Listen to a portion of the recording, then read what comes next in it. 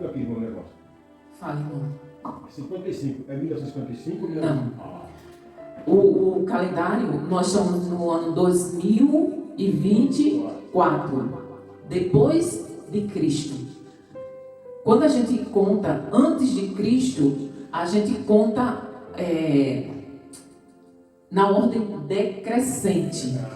Entendeu? Quando a gente conta depois de Cristo, a gente conta na ordem crescente. Ou seja, o ano primeiro depois de Cristo fazia um ano que Jesus tinha ressuscitado e tinha ido para o céu. O ano 55 depois de Cristo fazia 55 anos que Jesus tinha morrido, que Jesus tinha ressuscitado. Entenderam? O ano 55. Ou seja, essa carta já está com quase 2000 anos que foi escrita. Ela está com 1926 anos, mais ou menos 1923, 26 anos que ela foi escrita, mais ou menos isso, essa carta. Então está um bom tempo, né? Que ela foi escrita. Então, Romanos, carta que o apóstolo Paulo escreveu à igreja que encontrava-se em Roma. Ele começa a carta dizendo o seguinte: eu, Paulo, servo de Cristo Jesus, escrevo esta carta. Eu já falei isso aqui, quando vocês ouvirem, eu não sei se foi aqui ou se foi em Sete Casa, o nome epístola. Vocês lembram o significado de epístola? É a mesma coisa que carta. Tem algumas bíblias que vocês vão encontrar a epístola aos Hebreus. A epístola significa carta. Epístola e carta, essas duas palavras têm o mesmo significado. Deus me chamou e me separou para ser seu apóstolo, a fim de que eu anunciasse a boa notícia do Evangelho de Deus. Há muito tempo, essa boa notícia foi prometida por Deus por meio dos seus profetas e escrita nas Escrituras Sagradas. Por muito tempo, desde que Adão pecou, até Jesus chegar, até João Batista, até Abacuque, Deus vinha anunciando que Jesus vinha. A primeira profecia que Jesus viria, vocês lembram qual foi? O senhor lembra, irmão Adão? Depois que Adão e Eva pecou, Deus chamou os dois e deu uma sentença para cada um. Para a cobra, para Eva e para Adão. Para Eva, ele disse que ela ia ter filhos com dores, ia aumentar mais ainda as dores. E ia pôr inimizade entre ela e a sua semente. Mas, ele disse, a tua semente pisará da serpente. E essa foi a primeira profecia de que o Messias viria. E de Gênesis a Abacuque, vem falando que Jesus iria vir, que o Filho de Deus iria vir. E Paulo aqui, quando ele começa a escrever essa carta, ele relata as Escrituras, os profetas e as Escrituras, elas falavam da vida de Cristo. Ela fala a respeito do Filho de Deus, o nosso Senhor Jesus Cristo, o qual como ser humano foi descendente do rei Davi. E quanto à sua santidade divina, a sua ressurreição provou com grande poder que ele é o Filho de Deus. Então, as Escrituras sempre falou que o Messias seria descendente de Davi. E quando você vai olhar a genealogia de Jesus, ele é descendente de Davi. Só que ele também era Deus. E como foi que ele provou? Como é que nós podemos ter certeza de que ele é Deus? Ele veio como homem. E como é que nós podemos ter certeza de que ele é Deus? Ninguém tem uma ideia? Pai, Filho e Espírito Santo. É os três não só, né? Sim, mas como é que ele era homem? Aí todo mundo podia constatar por quê? Porque ele nasceu, cresceu e morreu. Todos viram ele, todos deram testemunho desse. Mas e a santidade e a deusidade dele? Como era que ele ia provar que ele era Deus? Que ele era o filho do homem, o filho de Deus. Quando ele ressuscitou. Teve mais alguém que ressuscitou e não morreu? Ele morreu. Exatamente. Mas ele morreu. Mas voltou a morrer. Galileu sentou e nunca mais morreu. Entendeu?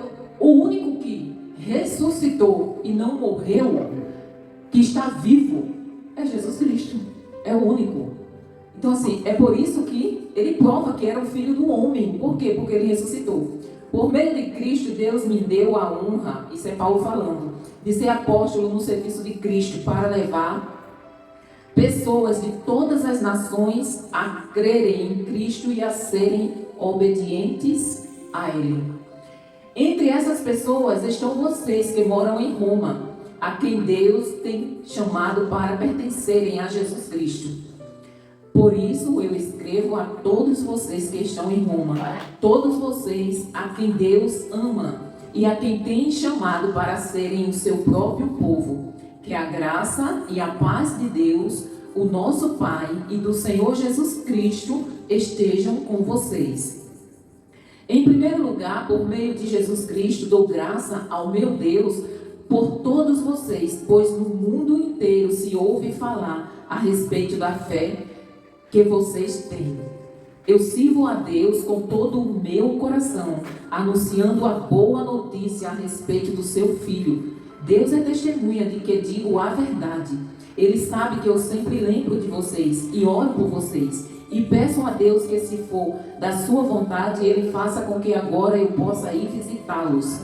Pois eu quero muito vê-los, a fim de repartir bênçãos espirituais com vocês para fortalecê-los.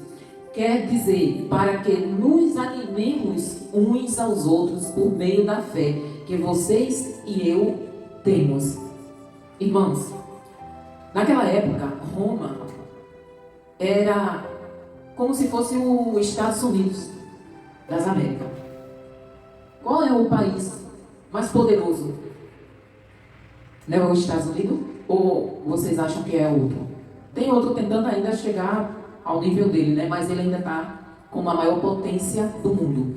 Então, naquela época, a maior potência do mundo era Roma. E naquela época, Roma perseguia os cristãos. E essa igreja aqui, ela não foi fundada por Paulo. Paulo, ele praticamente evangelizou toda a Ásia.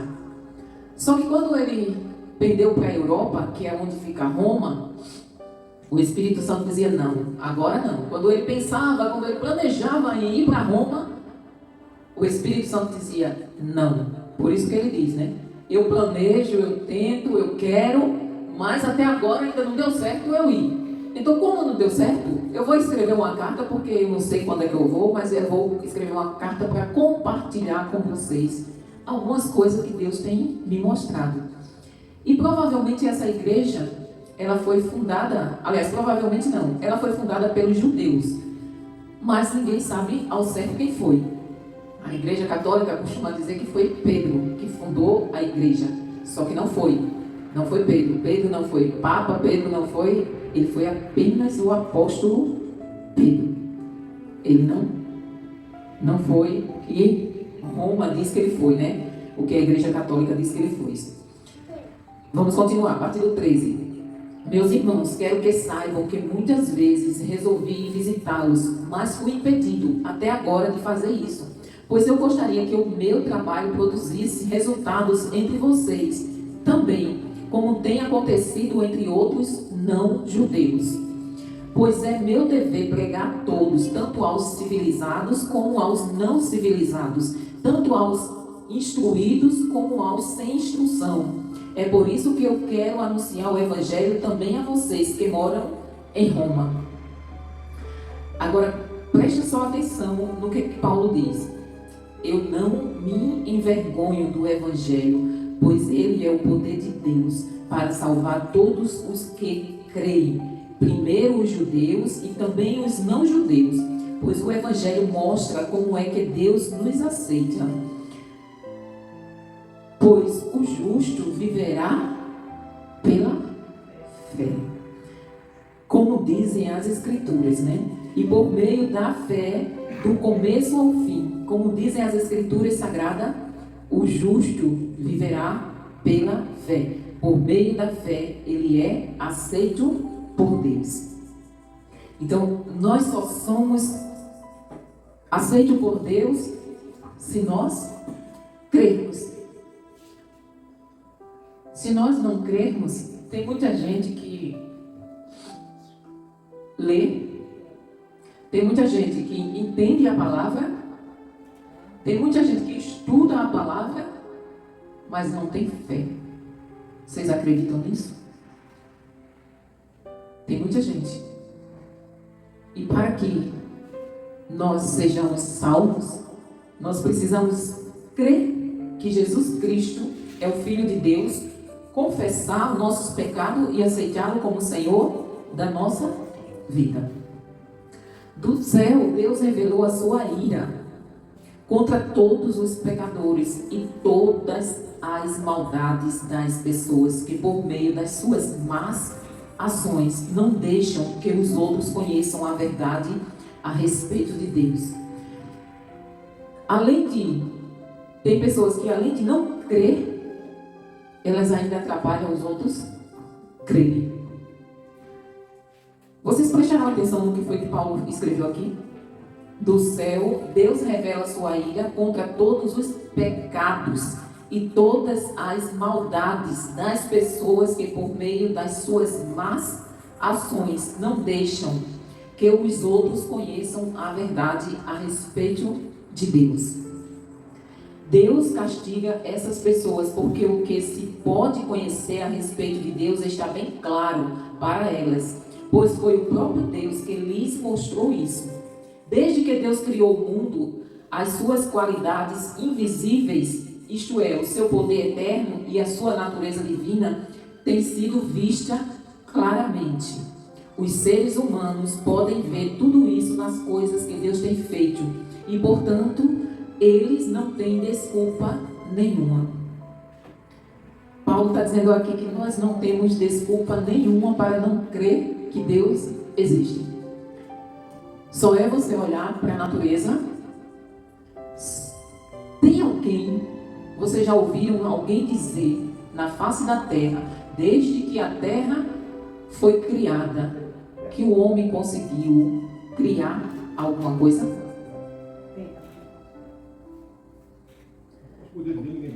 O homem já tentou criar um animal, né? Disseram que criaram uma ovelha, mas eu realmente não acredito que eles criaram, né? Mas não durou muito. Exatamente. O homem pode pegar do nada e fazer um oceano. O homem pode pegar do nada e fazer uma árvore.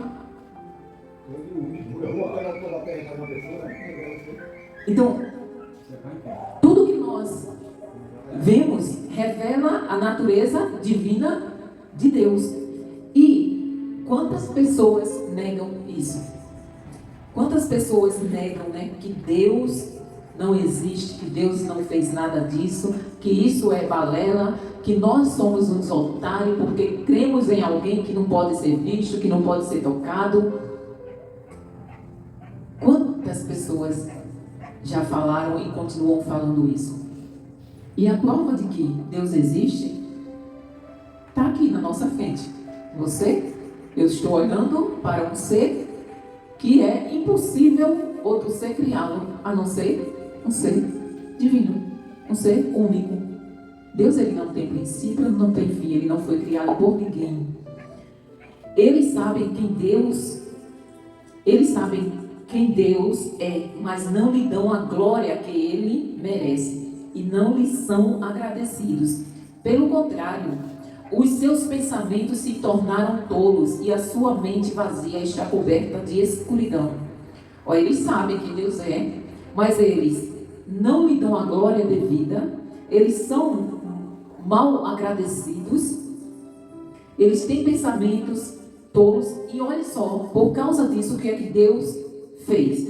Eles dizem que são sábios, mas são tolos. Em vez de adorarem ao Deus imortal, adoram ídolos que se parecem com seres humanos. Tem alguma coincidência? Ou com pássaros, ou com animais de 4 patas, ou com animais que se arrastam pelo chão.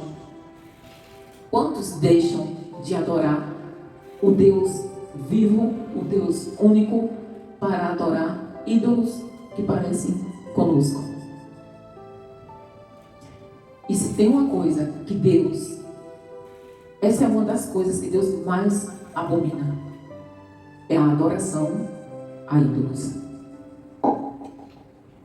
Por isso que Deus, olha só porque eles, deixaram de adorar o Deus imortal e adoram ídolos que se parecem com seres humanos. Por isso Deus entregou os seres humanos aos desejos do coração deles, para fazerem coisas sujas e para terem relações vergonhosas uns com os outros. Irmãos, a gente está pregando a palavra toda semana, falando o que é que nós, como servos de Deus, devemos fazer e ser.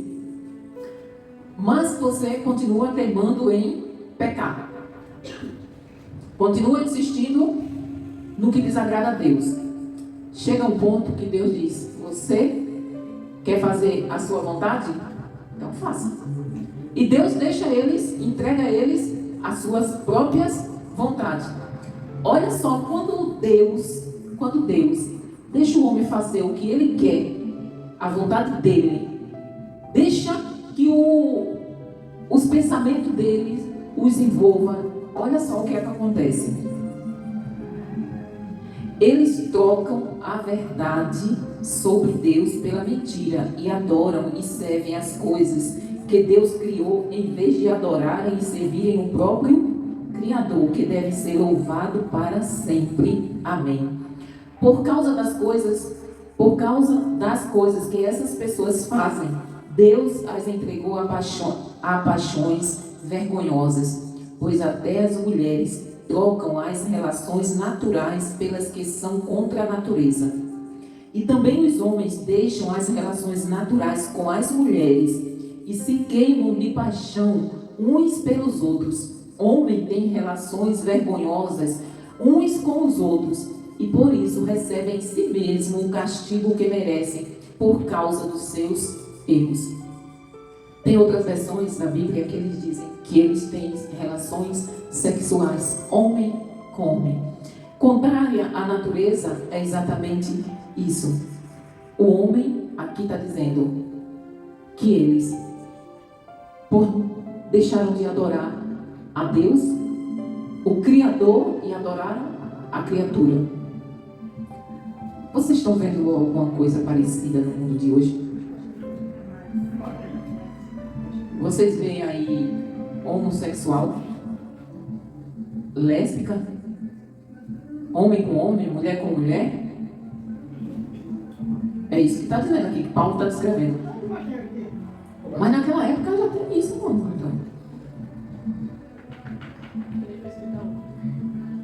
Então, isso parece que foi escrito há 1920 anos atrás. Isso não parece que foi escrito hoje, não? Eu pensando que isso tinha, mas era muito escondido demais, hoje estava banal. Era não, irmão José Luiz, era não.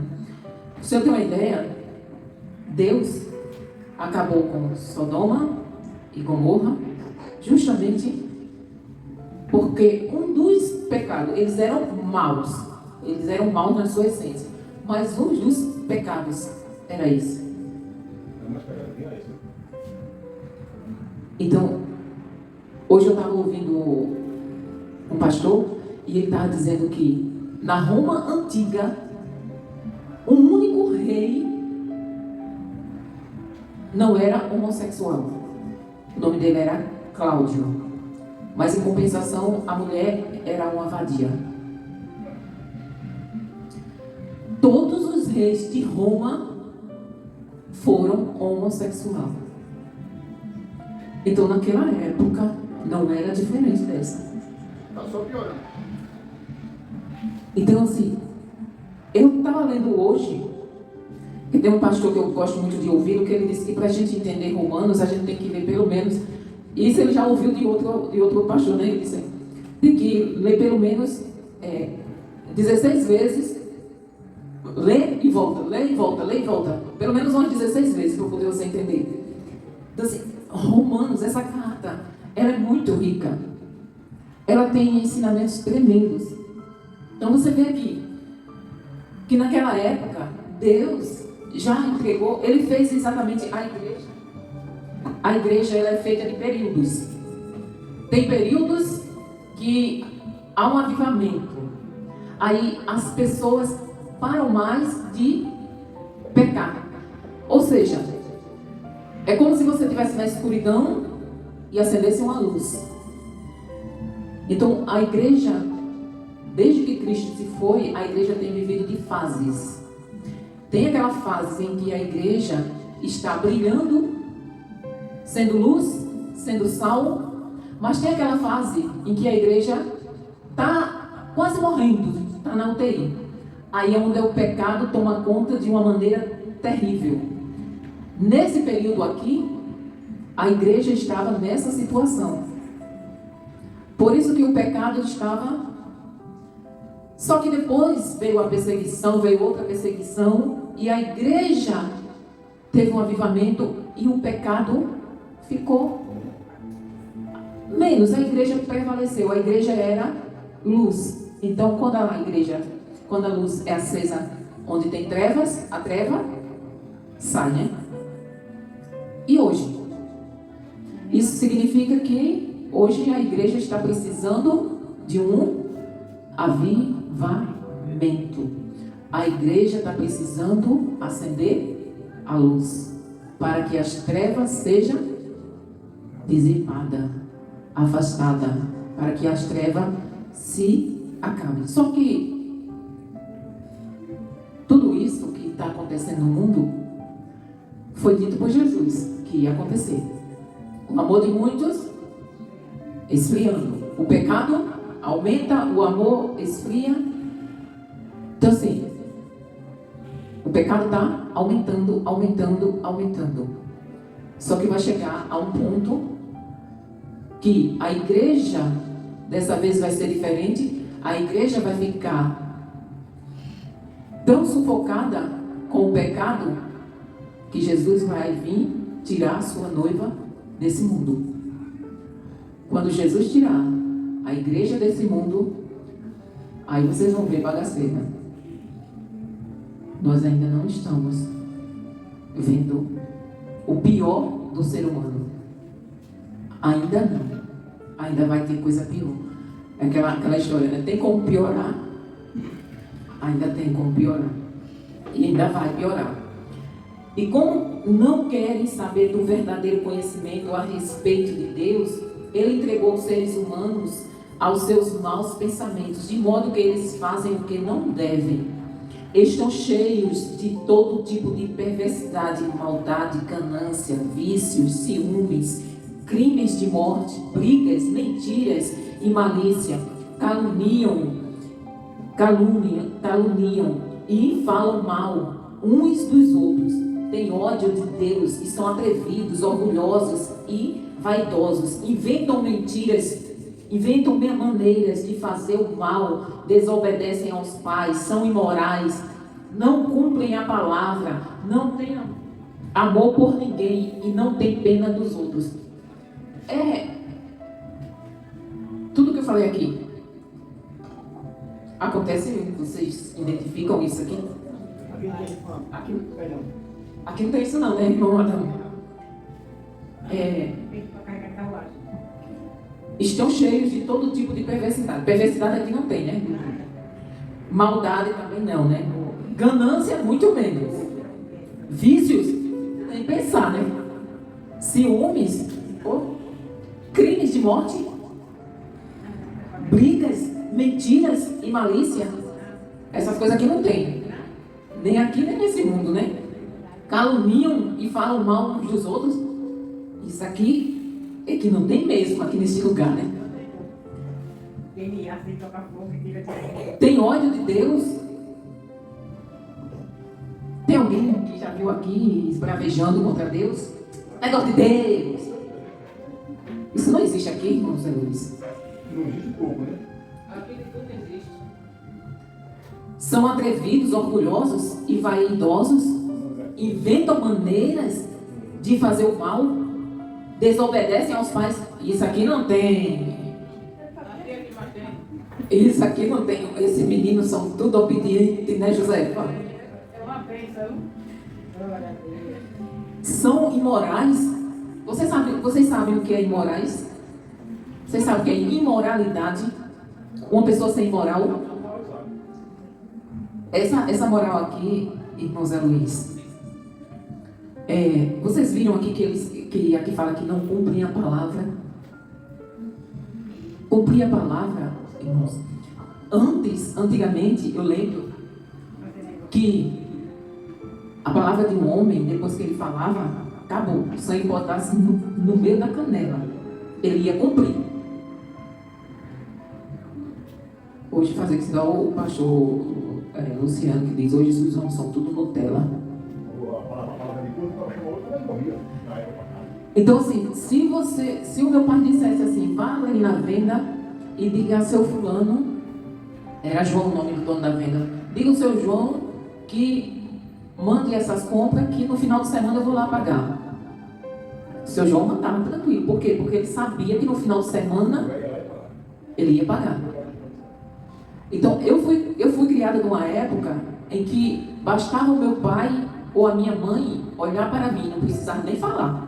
Se ele olhasse, eu já sabia que depois eu ia levar uma surra, dependendo do que eu estivesse fazendo. Dependendo da maneira como ele olhasse para mim, eu já sabia. Depois, hoje, misericórdia, Jesus, ainda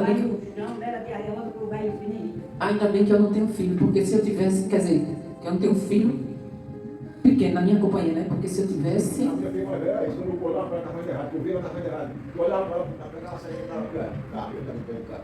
Então, para vocês, né, meninas, que ainda estão sobre a tutela dos pais, né? Olha o que é que Deus diz aqui, viu? Desobediente aos pais, imorais, é porque o Senhor não tem. O Senhor não tem. Mas se você abrir o Instagram, vai aparecer lá umas mulheres, não é nem que a gente vai buscar, entendeu? Tem pessoas que postam, vai aparecer lá a mulher com um shortinho aqui, só de coisa aqui, quando estou mostrando as partes íntimas, né? Com as músicas pornográficas se requebrando. Não tem nem bunda. E fica aquela coisa seca assim, sabe? Isso. Mas a minha mãe dizia só tem o fedor. A minha mãe dizia, né? Mas estão se achando. Isso é ser imoral. Imoral é você ver uma criança dessa que saiu aqui esculhambando com a avó. Imoral é você ver um filho levantar a mão para bater na mãe ou no pai. Isso é ser... Gente, eu vejo crianças deste tamanho assim, ó, de 2 anos, acho que 1 ano e pouco, já estão dançando aquelas músicas pornográficas. As mães já estão ensinando as crianças. Isso é imoralidade. Isso eu assisti.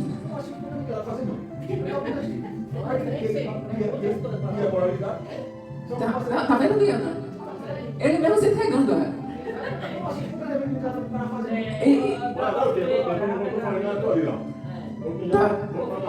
Olha, tá vendo? Estamos descobrindo os podres. Agora eu não vou agora. Muito bem, muito bem. Muito bem. Então, já descobrimos que o irmão Zé Luiz está cometendo imoralidade. Nunca vi um homem gostar de novela, mas ele gosta. E as novelas de hoje, misericórdia, Jesus. Antigamente ainda dava para se ver, né? Mas hoje, Meu Deus do céu. É cada imoralidade, irmão Zé Luiz. É homem com homem, é mulher com mulher, é homem pedófilo. Tudo que não presta, a Globo passa. E o Senhor lá no altar de Baal. Agora, a música que pode é somente na do grupo, que é a Durante o dia o Senhor peca e à noite vai ouvir louvor. Irmão Zé Luiz, se liberte, pelo amor de Deus, irmãos e irmãs. Cigarro é mais difícil, Pode velho. essa coisa do mato. Cigarro é mais difícil. Olha só, eles sabem que o mandamento de Deus diz que aqueles que fazem essas coisas merecem a morte, mas mesmo assim continuam a fazê-las. E pior ainda, isso não sou eu, não, eu estou lendo, viu, irmãos? Isso não sou eu que estou falando, não. Isso estou lendo aqui, ó. Vocês quiserem ler na Bíblia de vocês, ou se vocês quiserem ouvir, vocês botam lá. Ouvir Romanos capítulo 1, que vai estar assim. Pior ainda, aprovam que fazem as mesmas coisas que eles fazem. Está ouvindo, irmão Zé Luiz? O Senhor aprova o que eles fazem. Quando eu me sento na frente da televisão e vou assistir aquela desgraceira, eu estou dizendo o quê? Que eu estou aprovando, eu estou dando audiência, eu estou concordando. É verdade. O capítulo 1 de Romanos terminou. Vocês entenderam alguma coisa?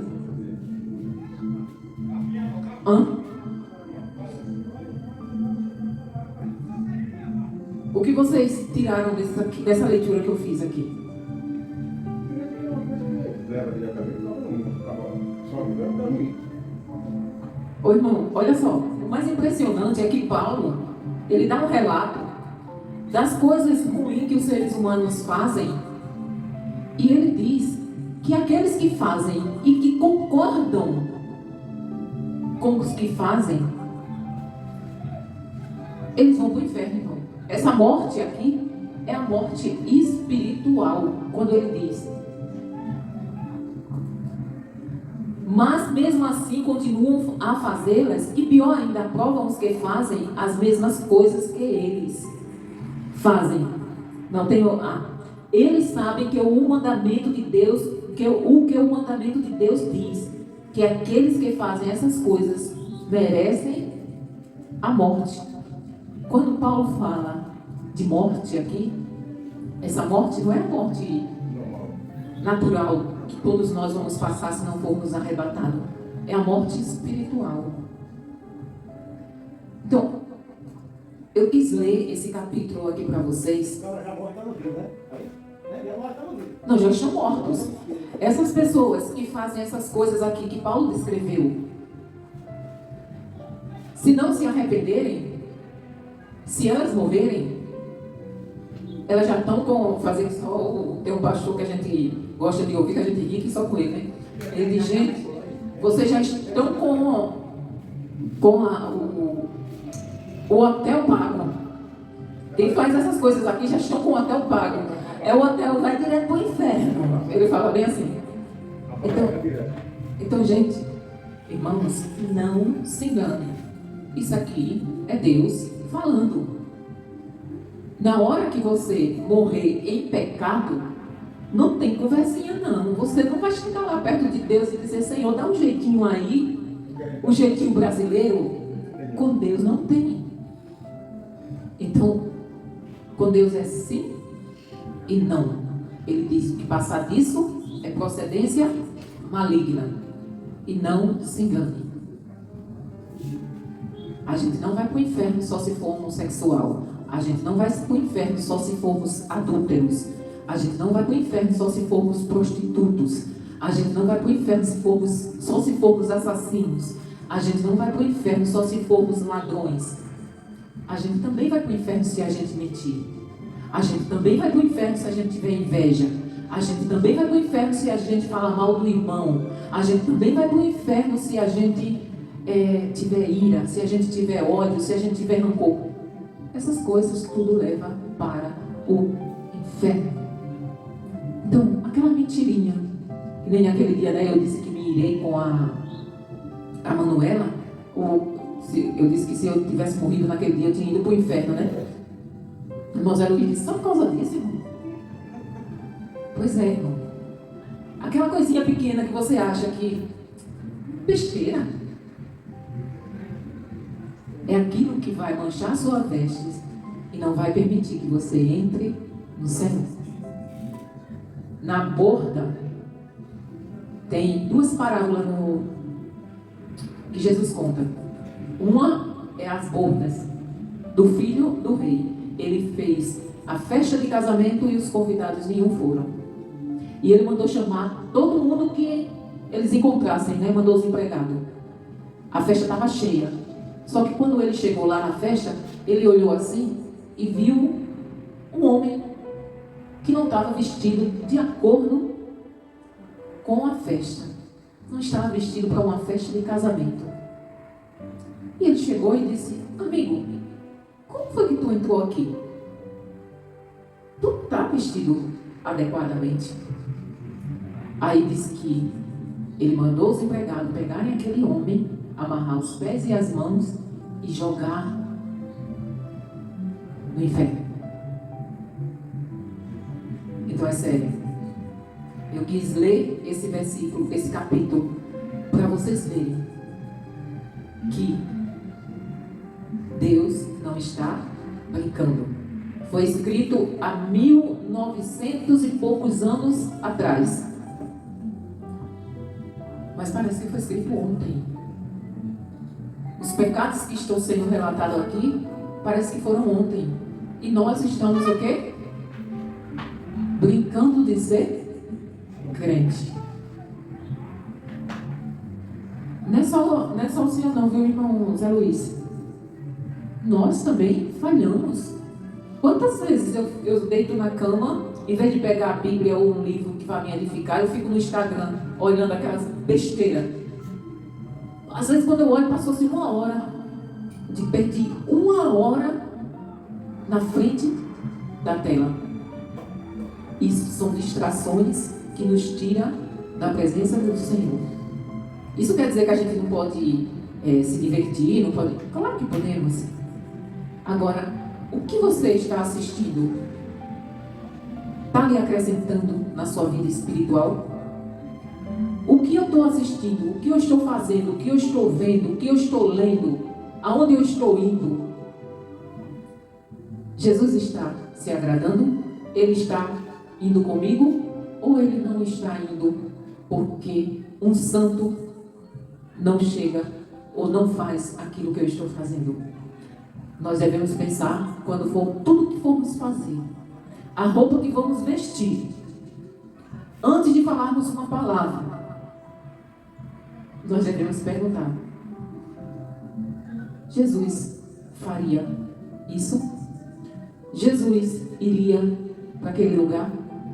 Jesus sentaria naquela roda? Jesus sentaria na frente daquela tela para assistir aquele programa? Jesus pegaria o celular e olharia o que eu estou olhando? Tudo nós devemos perguntar ao Senhor. O Senhor faria isso? Será que eu estou, como crente, falando o linguajar que Jesus falaria? Será que eu, como crente, estou me vestindo da maneira como Jesus gostaria que a noiva dele se vestisse? Que essa meditação fique para cada um de nós, que nós venhamos pensar. Irmãos, a salvação é individual. Eu queria tanto assim abrir a cabeça das pessoas e colocar lá dentro que a salvação é individual. É eu que tenho que me preocupar para onde é que eu vou depois que eu morrer. Não é o pastor, não. Quer dizer, as pessoas... Então, assim... não, eu deixei de ir para a igreja porque fulano fez isso, fez aquilo. Meu Deus. Eu tenho que me preocupar com o que eu estou fazendo. Se fulana ou ciclana está falando de mim, o problema é dela. Se ela tem raiva de mim ou não gosta de mim, o problema é dela. O que dizem de mim, problema deles. Eu tenho que me preocupar é que se eu vou morar com Jesus ou não, a escolha é de cada um de vocês aqui. Se estão mentindo para o pastor, se estão fazendo as coisas escondidas do pastor, e Deus não está vendo, não? Então, coloca uma coisa na cabeça, a gente quer que todo mundo vá para o céu.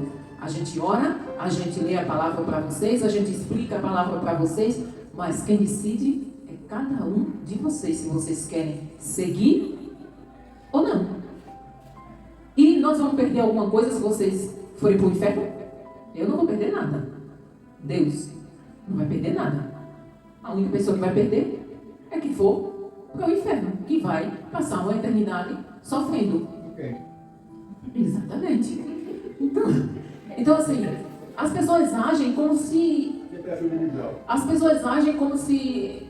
Porque não são crentes, porque deixaram de vir para a igreja, isso está nos afetando de alguma forma. Isso está afetando a Deus. Olha, coitadinho de Deus, está lá chorando. Ai, a irmã Tânia não está mais na igreja. Vocês acham que Deus está preocupado com isso? Ele já fez a parte dele, ele mandou seu filho para morrer por mim e por você. Se eu viro as costas para o filho dele, vocês acham que eles vão, que Deus vai, pelo amor de Deus, vai para a igreja? Deus quer que todos se salvem. Mas ele disse, se vocês quiserem, eu quero que a minha casa esteja cheia. Mas a decisão não é minha. Vocês que têm que decidir. É vocês que têm que decidir se querem me seguir ou não. Jesus falou isso. Se quiserem, sigam-me. Pega a sua cruz e siga-me. Mas é se vocês quiserem. Se vocês não quiserem, não tem problema nenhum. Quem quiser, vai. Quem não quiser, a passagem já está comprada para o hotel do fogo ardente. O hotel Galinho.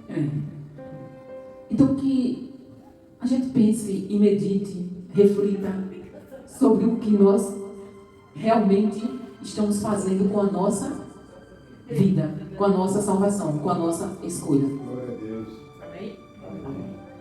Mas, pastor, eu não preguei não, viu? Preguei não. Eu só quis fazer essa reflexão aqui com os irmãos.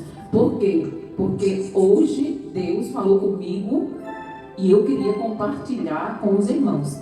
Mas o pastor vai cantar aquela do fundo do baú e depois o pastor traz a palavra. Não, já pregou. Vamos cantar.